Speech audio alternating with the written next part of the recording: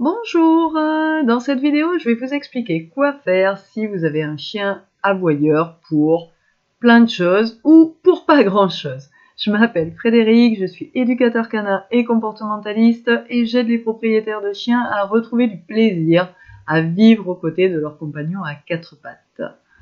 Avant toute chose, je voudrais que vous compreniez qu'aboyer est quelque chose de normal. C'est même quelque chose qui a été recherché pendant longtemps. On avait des chiens pour qu'ils nous avertissent quand il y avait un danger, quand il y avait un prédateur, quand il y avait quelqu'un qui venait pour cambrioler ou autre. En tout cas, aboyer, ça a été recherché et ça reste un comportement normal pour la plupart des chiens. Sauf que dans notre société telle qu'elle est actuellement, effectivement, on ne supporte plus que le chien aboie, on ne veut plus qu'il aboie. On voudrait même qu'il soit silencieux tout le temps. La première chose, c'est déjà être conscient que les chiens aboient, ils ne miaulent pas. C'est évident, mais ça reste vrai. Et c'est toujours bon de rappeler des vérités comme ça et des évidences. Donc oui, votre chien va aboyer de temps en temps. Le but n'est pas de le faire cesser complètement d'aboyer, parce que de toute façon, ça n'est pas possible. Ça fait partie de lui et d'un mode d'expression pour le chien que d'aboyer. Ensuite, beaucoup de maîtres sont tentés par le fait de punir, de gronder, d'élever la voix quand leur chien aboie. Faut dire, c'est agaçant. Il y a des chiens qui ont des aboiements qui sont très aigus, très stridents. Et c'est vrai que ça nous tape sur les nerfs. Donc forcément, quand ils se mettent à aboyer, on s'énerve. Sauf que punir, gronder, ça va générer de la peur, donc ça va abîmer votre relation avec votre chien, forcément. Ça n'apprend pas à votre chien ce que vous voulez. Et parfois, votre chien a même l'impression que parce que vous criez, vous aboyez d'une certaine manière avec lui. Donc vous pensez que vous êtes en train de le punir, mais au final, ce que vous êtes en train de faire concrètement, c'est le renforcer. C'est lui dire, regarde, quand tu aboies, moi aussi, je me mets à aboyer. Donc tu as bien fait d'aboyer. Autant vous dire que, du coup, gronder, élever la voix, s'énerver est à proscrire. Parce que non seulement ça n'est pas efficace, mais en plus, bien souvent, c'est contre-productif. De même, les colliers électriques à la citronnelle, les boîtiers ultrasons dont on vous fait la pub à longueur de temps sur Facebook ou autre, où on vous montre ça en vous disant « ça fait pas mal au chien, mais c'est miraculeux, le chien il s'arrête ». Ne croyez pas que c'est miraculeux. Si le chien s'arrête, c'est forcément que ça a un impact sur lui. Et pour qu'il s'arrête instantanément de faire un comportement qui vous pose problème, c'est que vous êtes en train de lui faire peur ou de lui faire mal. Utiliser tous ces outils sont des choses à ne pas faire. Du coup, qu'est-ce qu'on fait? Alors, avant de chercher à traiter ce type de problème, il va falloir que vous vous penchiez sur pourquoi. Pourquoi est-ce que mon chien aboie? Il peut y avoir plusieurs raisons que j'ai listées ici. La première, ça va être l'expression d'une émotion. Moi, si je vois une araignée, je crie. Voilà. Je réfléchis pas outre mesure. Juste, je crie. J'exprime une émotion. Les enfants, quand ils sont tout contents, ils ont tendance aussi à monter le volume et à crier, à parler très fort et très vite. Et votre chien est un petit peu pareil. Quand il est excité, parfois, il se met à aboyer. Donc, c'est l'expression d'une émotion. Peur, joie, excitation. Ça peut être un moyen de s'occuper. Vous avez des chiens, ils savent pas quoi faire de leur journée, ils s'ennuient prodigieusement, et du coup, ils aboient. Oh, un papillon, tiens, je vais aboyer. Oh, le facteur, j'aboie, etc., etc. Ça peut être une demande d'attention. Beaucoup de chiens ont compris que s'ils aboient, on va s'occuper d'eux. Même si vous lui dites non, arrête, c'est pas bien, vous vous occupez de lui, donc vous êtes en train de lui apprendre que c'est efficace, ça fonctionne. De son point de vue à lui, aboyer fonctionne, lui donne l'attention qu'il veut. Donc il va continuer. Dans tous les cas, le chien prend plaisir à aboyer. Et c'est la raison pour laquelle il va avoir tendance à le faire de plus en plus. Parce qu'il y prend plaisir. Et du coup, ça génère le fait que plus le chien aboie, plus il va avoir tendance à aboyer. Puisqu'il y prend plaisir. Il prend plaisir dans une activité, plus il la fait et plus il a envie de la refaire. Un peu comme nous. Mais du coup, vous devez prendre conscience du fait que si votre chien est dehors toute la journée, s'il est devant la fenêtre à faire la vigie, à surveiller ce qui se passe et à aboyer au moindre son, s'il aboie tous les jours derrière le facteur qui passe, et que vous essayez le samedi laborieusement d'éradiquer ce comportement, vous n'allez pas y arriver. Parce qu'il se fait plaisir 5 jours sur 7. Donc la première des choses, c'est déjà gérer l'environnement et faire en sorte que votre chien ait beaucoup moins l'occasion d'aboyer. Ensuite, on ne travaille pas de la même manière en fonction de la cause de l'aboiement.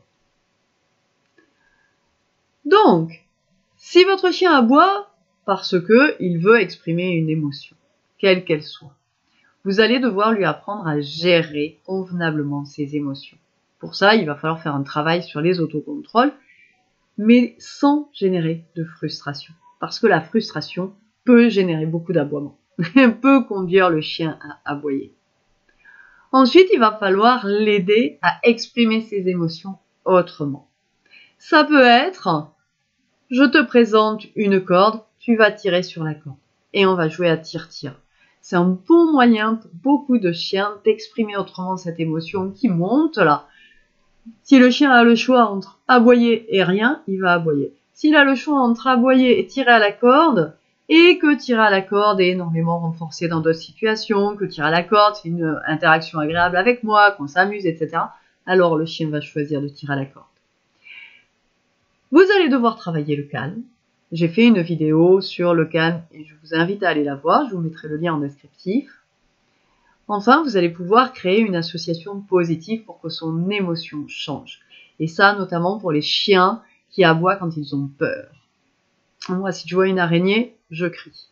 Si dorénavant, à chaque fois que je vois une araignée, vous me donnez un billet de 50 €, au bout d'un certain temps, je vais plus crier quand je vais voir une araignée. Parce que je vais me dire, chouette, un billet de 50 €. Voilà.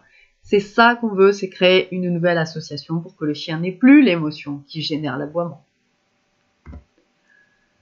Ensuite, on a l'aboiement occupation. Le chien qui s'ennuie, il sait pas quoi faire. Du coup, il va aboyer sur tout et rien. Et surtout rien, d'ailleurs. Pour ces chiens-là, il faut commencer par faire ce qu'on appelle un bilan d'activité, c'est-à-dire relister un petit peu tout ce qu'on fait avec le chien dans une journée. Parfois, quand je fais ça avec mes clients, on se retrouve avec des chiens qui passent 23h30, parfois même 23h45 à ne rien faire. Un chien qui ne fait rien de la journée va trouver des moyens de s'occuper. Le problème, c'est que sa façon de s'occuper risque de ne pas vous convenir. Une fois que j'ai fait mon bilan d'activité, que j'ai vu si mon chien avait suffisamment d'occupation dans la journée, alors soit il faut que j'en ajoute, il faut que je trouve d'autres activités à lui faire faire, soit il a suffisamment d'activités, ok, super. Mais c'est rarement le cas. Ensuite, je peux lui donner autre chose à faire qu'aboyer. Je peux apprendre à mon chien que quand il s'ennuie, par exemple, une chose intéressante à faire, c'est aller ronger un os. Voilà. S'il a des os à disposition, et si dès que je le vois commencer à chercher une bêtise, un truc à faire, hop, je lui donne quelque chose à ronger. Progressivement, il va apprendre que quand il ne sait pas quoi faire, il peut se diriger vers ses os à ronger, par exemple. Ou aller chercher un jouet, dépioter un jouet.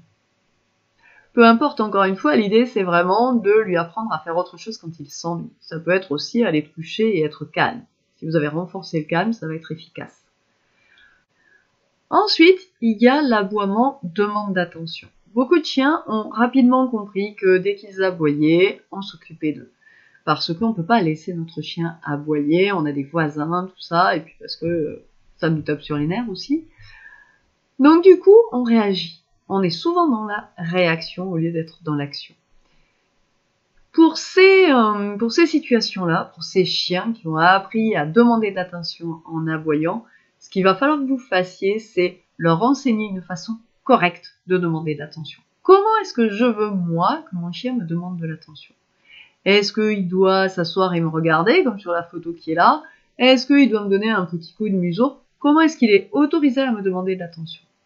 Ça, c'est la première chose. La deuxième, c'est utiliser un mot de fin d'interaction. C'est apprendre au chien qu'il y a un moment où je m'occupe de lui et puis il y a des moments où je m'occupe pas de lui.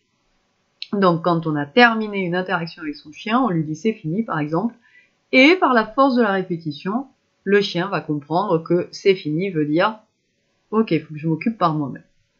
Ça, c'est deux exercices importants parce que ça apprend au chien à demander correctement de l'attention, donc autrement qu'en aboyant. Et ça lui apprend aussi qu'il y a un temps pour tout, un temps pour jouer, un temps pour les câlins, un temps pour les interactions avec moi, et puis un temps où il faut qu'il s'occupe tout seul. Ce qui évite que le chien, quand vous arrêtez une activité, ou quand il veut une activité, vous aboie après. Et ensuite, il faut vérifier, bien sûr, que votre chien a suffisamment d'attention de votre part dans la journée. Le chien, c'est un animal social. Il n'est pas fait pour rester tout seul toute la journée quand on travaille, puis ne rien faire toute la soirée et pas grand-chose le matin quand on se lève. Parce que sinon, forcément, à un moment donné, ça va déraper. Enfin, il y a l'aboiement qui sert à avertir son groupe social qu'il se passe un truc. Moi, je sais que mes chiens, quand mon mari rentre, mes chiens aboient. Parce qu'ils m'avertissent. Ouais, ça y est.